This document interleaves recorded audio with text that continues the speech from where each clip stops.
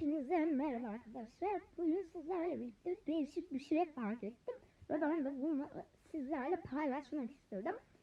Bu aslında kıyafet yerinde. Hemen göstereceğim size.